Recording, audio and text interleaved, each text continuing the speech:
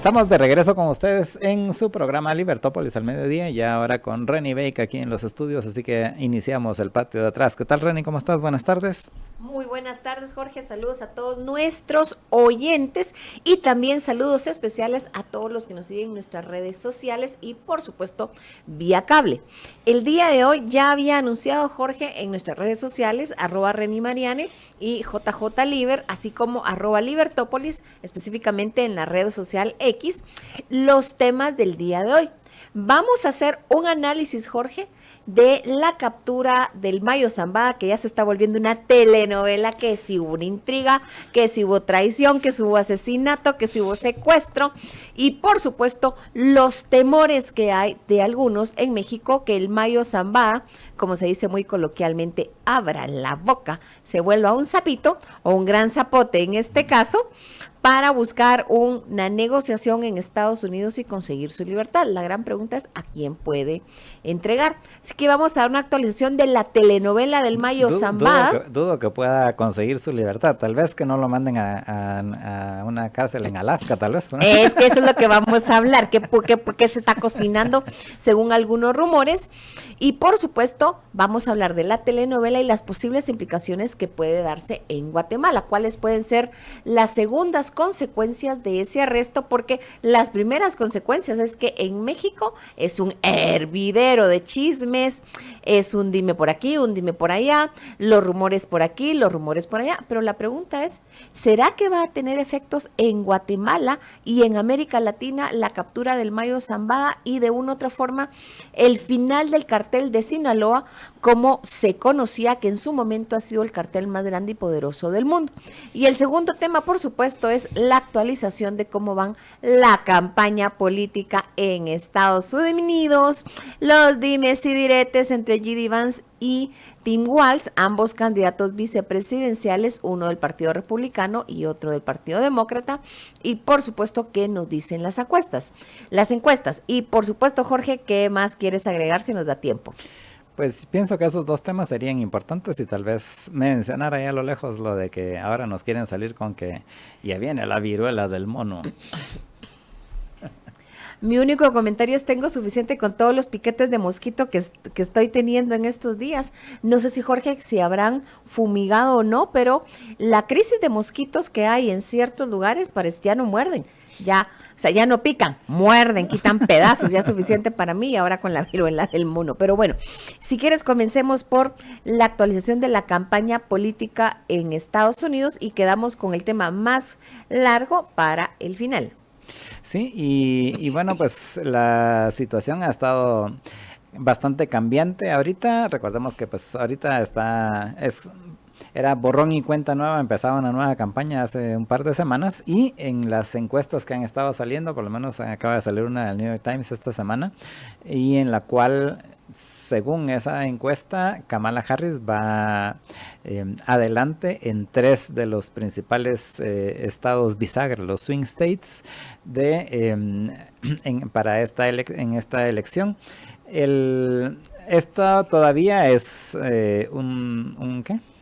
un dato que hay que tomarlo con 2 granitos de sal, básicamente, porque está arrancando la campaña, o sea, es la candidata nueva, y pienso que todavía no han empezado a salir todas las cosas que normalmente siempre le buscan a los candidatos, ¿verdad? A ver, la efervescencia de cara nueva, escoba nueva, barrer bien. Por un lado, y luego que ahorita pues empiezan a buscarle así todos los esqueletos que pueda tener en el armario ella y todos los demás candidatos, por supuesto, y van a sacar hasta con quién se peleaba en la primaria, capaz. Por supuesto, no lo dudes. Esta campaña es atípica en Estados Unidos. Como lo habíamos dicho desde hacía más o menos un año en este foro, esto iba a ser máscara contra cabellera. Parecía hace un mes que estaba todo cantado, que el candidato republicano Donald Trump iba a tener un paseo triunfal sin grandes contratiempos, porque el candidato de ese momento, demócrata Joe Biden, no estaba muy bien, había muchos cuestionamientos de su salud, etcétera, etcétera. De pronto él se baja de la nominación, dice: yo apoyo a Kamala Harris, mi vicepresidenta.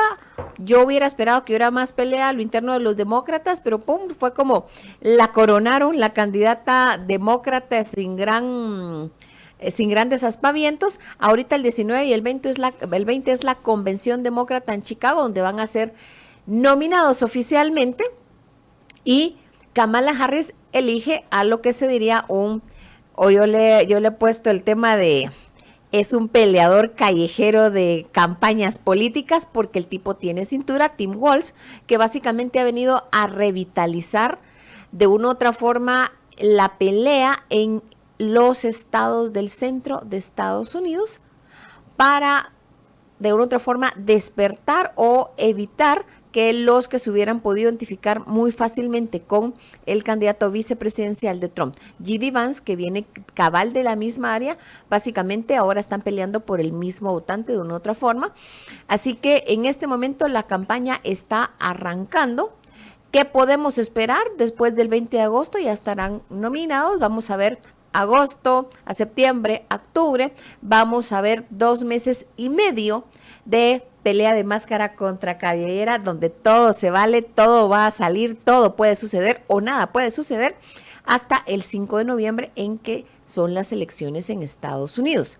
Y ojo, Jorge, no es solamente quién va a ser el presidente y el vicepresidente de Estados Unidos, también está en pelea todos los asientos del Congreso de Estados Unidos, los 435 más 1/3 del Senado. Así que esto se está poniendo muy caliente. De cargos en todos los estados. Más un montón de cargos en los estados, en los municipios, en los distritos, etcétera. Así que veamos qué sucede. Por el momento, parece ser que Kamala Harris tiene su momentum, como se dice. Es la candidata nueva, el vicepresidente también es nuevo, el candidato a vicepresidente también es nuevo, así que está despertando y está moviendo a sus bases demócratas que no se sentían inspirados ni identificados con el presidente Biden.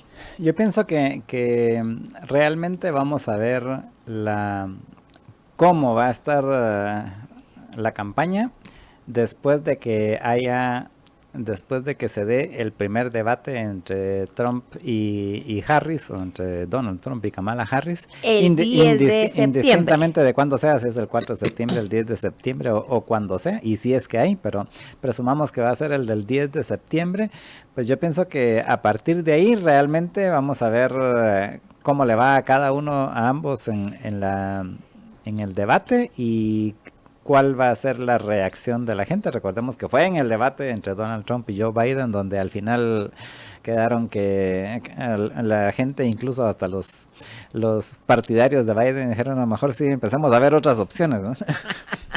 Sí, mira, habrá que ver. Supuestamente va a haber un debate, el primer debate entre Kamala Harris y Donald Trump el 10 de septiembre. Ya el candidato vicepresidencial de los republicanos, ya J.D. Vance, ya retó a Tim Walz, el candidato vicepresidencial de los demócratas, a un debate. Veamos Yo si creo se que acuerdan, va a si se va a dar. Ese va a estar más alegre.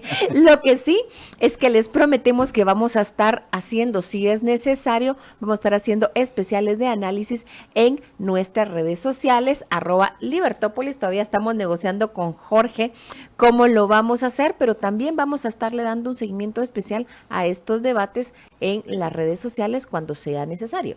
Así es, porque yo pienso que en particular el de los vicepresidenciables creo que va a estar más alegre que incluso el de los presidenciables. Y yo prometo estar ese día con una bolsa de poporopos en la mano, porque eso sí va a estar de lo que más divertido se puede ver.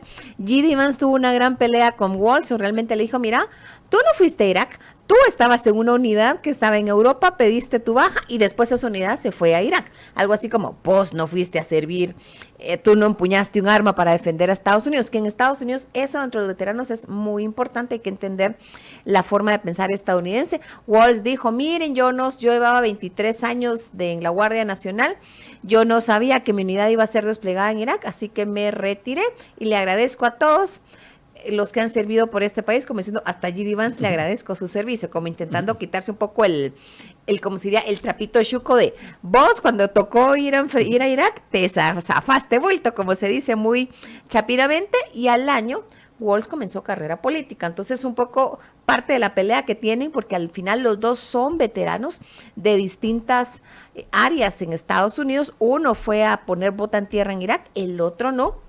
pero están como en su dime y direte en ese tema específico, muy interesante, y sí creo que sería lo más divertido del debate, aunque también Kamala Harris va a presentarse como: yo soy la fiscal que le quitó $10 millones al cartel de Sinaloa y aquel es un felón. Donald Trump como diciendo, él es un convicto, yo soy una fiscal. Es el juego que están comenzando a jugar también en esa batalla, preparándose para los debates que van a tener. Como tú mismo dices, los debates van a decidir, y yo realmente no tomaría una posición específica o un cálculo de quién puede ganar hasta el tercer debate, Jorge, hasta octubre, si es que hay tercer debate. Pero mientras tanto, que hay debates. Si es que hay debates, porque también esta semana Elon Musk entrevistó a Donald Trump en la red social X, antiguamente Twitter, y también le dijo: señora Kamala Harris, yo le invito, y Kamala Harris dijo: no voy a hacer debate con Elon Musk, así que vamos a ver. Una discusión que tienen es que Kamala Harris no está dando entrevistas, y es una poco la crítica por la cual la están comenzando a atacar. Sí, y esa transmisión de Elon Musk y Donald Trump, hoy en la mañana ya llevaba 225 millones de vistas. Es que tienes show las 24 horas disponible, no es que tengas que estar en un momento específico. Si no lograste verlo, que fue mi caso porque estaba atrapada en el tráfico, puedes verlo después, que fue lo que hice. Miré un pedazo después. Sí, al final en directo más o menos se mantuvo durante las 2 horas 1.3 millones de personas, pero eso implica que algunos iban, otros se iban. Yo estuve solo un ratito, pero al final, luego de eso, en efecto, ha ido creciendo. Ayer lo mencionábamos con Marta Yolanda, iban 100, más un poco, llegando a los 200 millones de vistas. Hoy ya pasó de los 220 y pico millones de vistas, y ahí están bien, ahí estamos pasando un video, obviamente de fake, hecho por inteligencia artificial de Elon Musk y Trump bailando. Eso es hecho por inteligencia artificial, para quienes no lo sepan. Pero veamos qué sucede en eso, Jorge. Mientras tanto, seguiremos hablando de cómo va la campaña política en Estados Unidos en los siguientes programas. El tiempo nos come. El tema de la viruela del mono es que, por el amor de Dios, ya aparecen los 4 jinetes del apocalipsis, por el amor de Dios.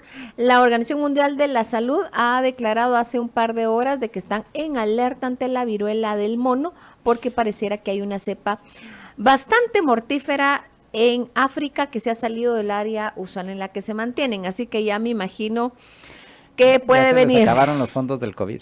Exacto, pero bueno. Eso es por lo que les interesa. Ya me imagino que puede venir, eso es todo mi único comentario. Y ahora entremos a lo que habíamos anunciado, que es la telenovela del Mayo Zambada.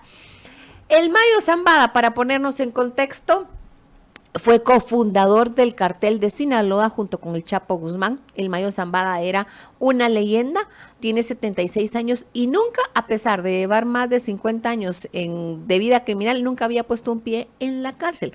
Era una leyenda, era un fantasma que se movía entre las montañas del norte de México. No iba una vida lujosa y básicamente era una leyenda.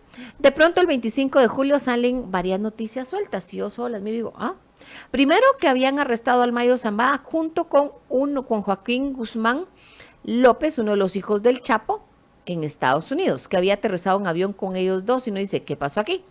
Luego comenzaron rumores por aquí, rumores por allá, de que si se había entregado, que se habían entregado mutuamente, que si el Chapito le había puesto una trampa, etcétera, etcétera, etcétera. Después, el mismo día se supo, yo sigo algunas noticias de México, que había aparecido muerto en Sinaloa el rector de una universidad. Y uno dice, o sea, esto que parece muy raro. Un político había sido rector, había sido congresista, había sido electo diputado y había tenido que ver en el sentido de que había apoyado la carrera de la que se conoce como la Chapo diputada. Una mujer que fue novia del Chapo, que se convirtió en diputada, y uno dice, eso me parece raro, ¿qué pasó? Un muerto y estos dos en Estados Unidos. Y también habían rumores en México que el gobernador de Sinaloa estaba en el Sinaloa ese día, sino que se había subido un avión de un empresario con 2 mujeres, sus nietos y un par de sus hijos. Y uno decía, ¿qué pasó aquí? ¿Qué está pasando aquí? Pues bueno, después de los dimes y diretes, sale el día viernes una carta supuesta del Mayo Zambada, donde declara que fue, o sea, la carta la publica su abogado, que es el mismo abogado de su hijo que después fue testigo ante el juicio del Chapo Guzmán. Una de las versiones es que el Chapito agarró y entregó al Mayo Zambada como venganza porque el hijo había sido testigo en el juicio del papá. O sea, esto Juego de Tronos queda peanuts a la par de esta novela de secuestros, asesinatos, encubrimientos, dinero por aquí, dinero por allá. Supuestamente en esa carta supuesta escrita por el Mayo Zambada, él dice 3 cosas, Jorge. 1, que lo secuestraron, que fue llevado contra su voluntad a Estados Unidos. 2, que el rector de la Universidad de Sinaloa, Universidad Autónoma de Sinaloa, que supuestamente murió en un intento de robo de su vehículo a medianoche del viernes, no fue así, que él iba con él había visto a esa persona en el mismo lugar donde había sido secuestrado. Y todos se quedan como, y que era su amigo. El Mayo.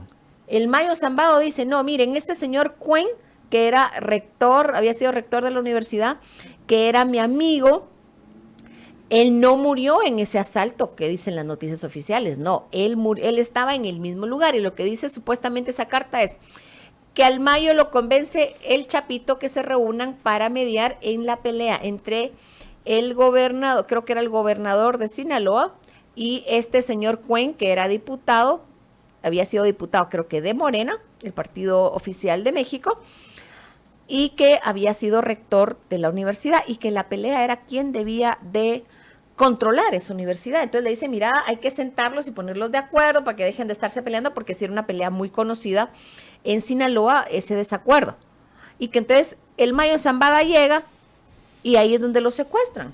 Iba acompañado de alguien que está desaparecido, que supuestamente había sido jefe de policía de Sinaloa, o jefe de detectivos de Sinaloa. Y que además era el jefe de seguridad del Mayo, capaz. Más o menos así es lo que yo entendí. Y que no aparecen sus guardaespaldas. Y uno dice, ¿y aquí qué pasó?